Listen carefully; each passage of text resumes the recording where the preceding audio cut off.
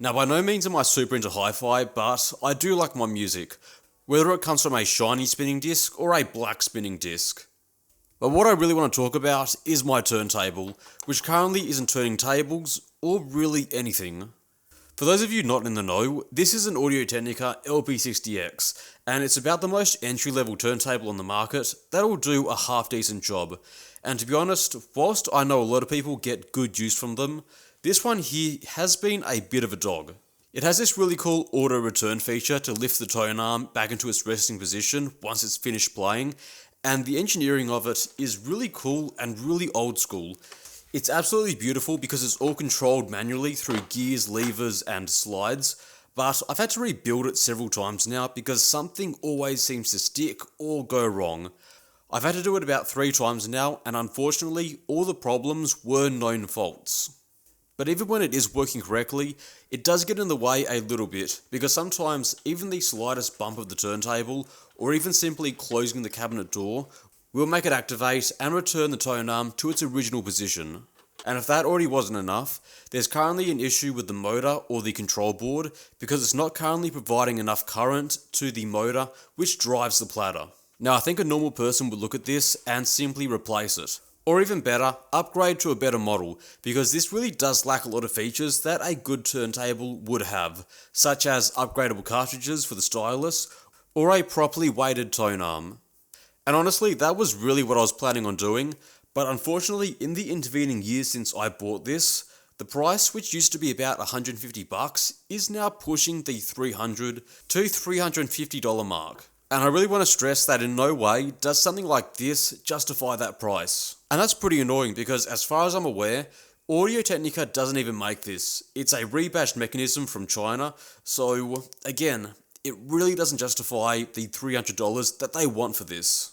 And even worse, the step up from this, which would be the 70 or the 120X, they start at about $400 to $600, which A is a lot more expensive than they used to be, and B, I don't really have $600 to dump on a turntable at the moment. So here's what I'm going to do. Instead of fixing it and then leaving it as is, what I'm going to do is gut it and move it to a newer, nice looking housing, and also hopefully make it a bit more reliable. It shouldn't sound any different, but at least it should work. And also at the same time, it should hopefully look a little bit nicer. And because sometimes I do go a bit overboard in upgrading stuff, my aim is to get this all done in a few afternoons and hopefully cost less than about $50. So the first thing I'll do is measure up a piece of acrylic. This will be the main piece that I mount everything to. Now normally a thick piece of acrylic like this would be crazy expensive, but the good news for me is that this is a piece of acrylic that's been left over from a job about 5 years ago, so the cost for me to use it is almost nothing. In fact, I have so much of this stuff that I'm always looking for projects that I can actually use it in.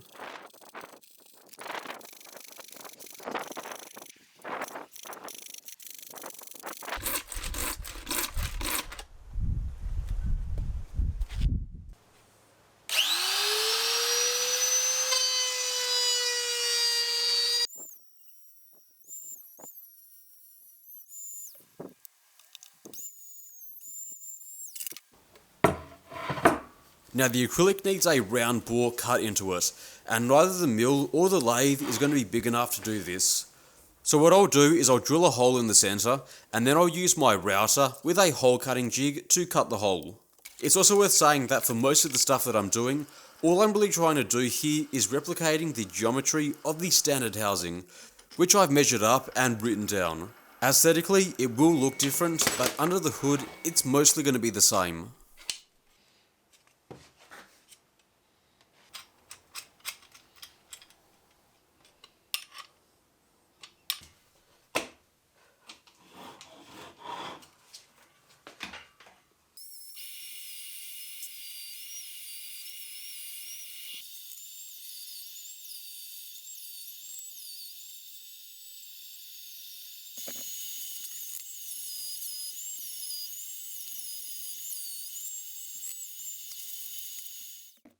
And before I go too far, I am going to use the centre hole to help centre the DRO, and then I'll bore a hole on each side for mounting the motor.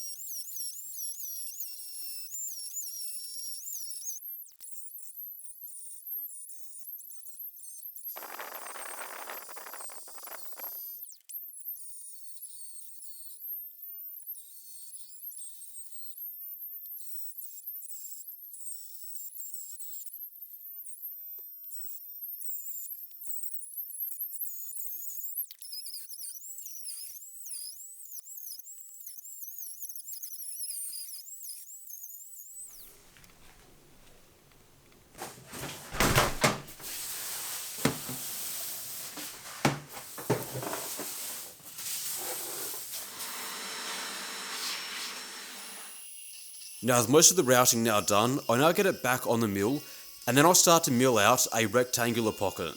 Now it's a little bit deeper and it's going to be used for housing the bearing for the platter. I'll also drill and tap some holes for mounting.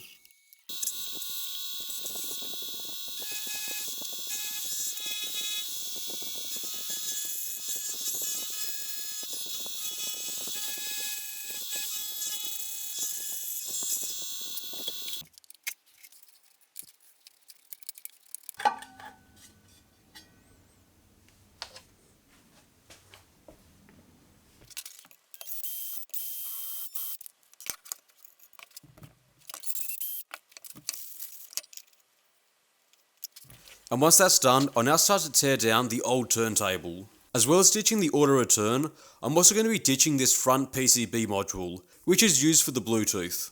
I never really used it, and the only reason why I bought it was because this model was on sale, and was a bit cheaper than the non-Bluetooth model at the time. Plus I see no reason to go from an analog signal to a digital signal, and then back to an analog one.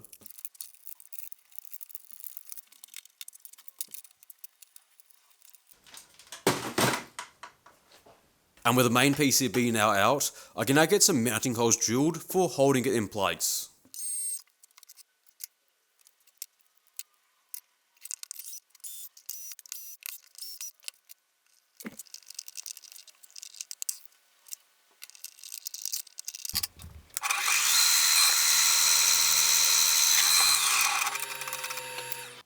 The next thing we need to do is find a way to ensure that the motor turns on when the tone arm is taken out of the holder and placed on the vinyl record. And the way that it does this is incredibly simple. The bottom of the tone arm has this piece of metal plate that is pushed on. The long arm has a piece of plastic which can be used to open a switch. So in the resting position, it's pushing against the switch, opening it and stopping the motor from turning on.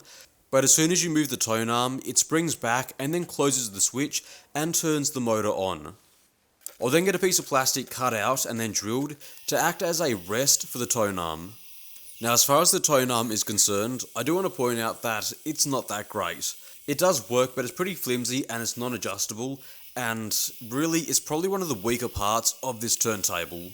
Now having done this rebuild, I can't imagine that it would be too difficult to go in and then simply swap it out for a different tone arm from a different turntable. And that's certainly not out of the question, but at least for the moment, all I want to do is rebuild it, make it look a little bit nicer, and make it work. And as for the rest of the electronics, I'll go in and get it soldered up and then try and diagnose what is wrong with the motor. Okay, so you join me a few days later, and here is the short update. Now it took a while for me to pinpoint what was really going wrong, but as it turns out, it's the voltage regulator that is soldered to the PCB on the motor. And that should have been a simple fix, but unfortunately in trying to replace it, I made a real mess of the PCB, and unfortunately I stripped away some of the copper on the PCB, so unfortunately it won't bond anymore. Now I could have easily ordered a replacement, but instead what I did was I ripped off the bottom of the motor and I soldered directly to the motor PCB. It's kind of a monster, this setup, but the important thing is that it works. I then got ahead and bought a cheap PWM controller to control the speed of the motor. Doing it this way was a bit of work, but ironically it was a lot cheaper to do this way than buy a replacement motor. Now the wiring from the preamp to the stylus was also a bit of a mess, because I think they're literally using 2-core 32 gauge wire here, and I've zoomed in just to show you how crazy tiny this wire is, and soldering it up was almost impossible. I managed to get it to work, but I'm sure that if I ever bump it, it'll probably break. Thankfully though, it still works.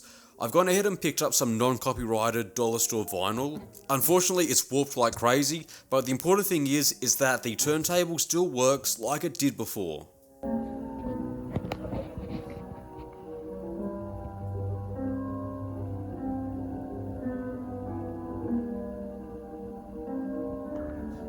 So now that I know that it works, the final thing left to do is go ahead and make a frame. Just to go around the outside and cover up all the wiring. And the frame is as basic as it comes. It's essentially just miter joined pieces of oak glued together with some corner blocks. The total cost is literally less than $20.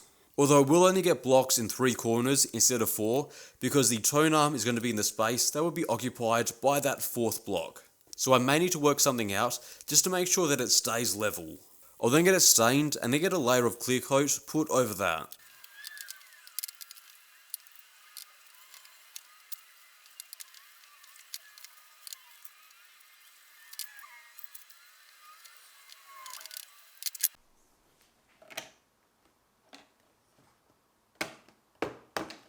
And with it tightly pushed into place and held in, the last thing to do now is get some 12 volt power spliced in to power both the motor and the preamp.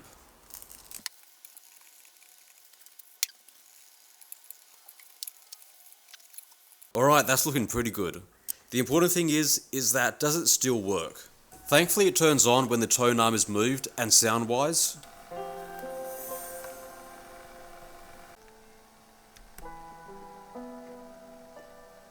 it sounds alright. It doesn't sound great, but it sounds just as good as it did before.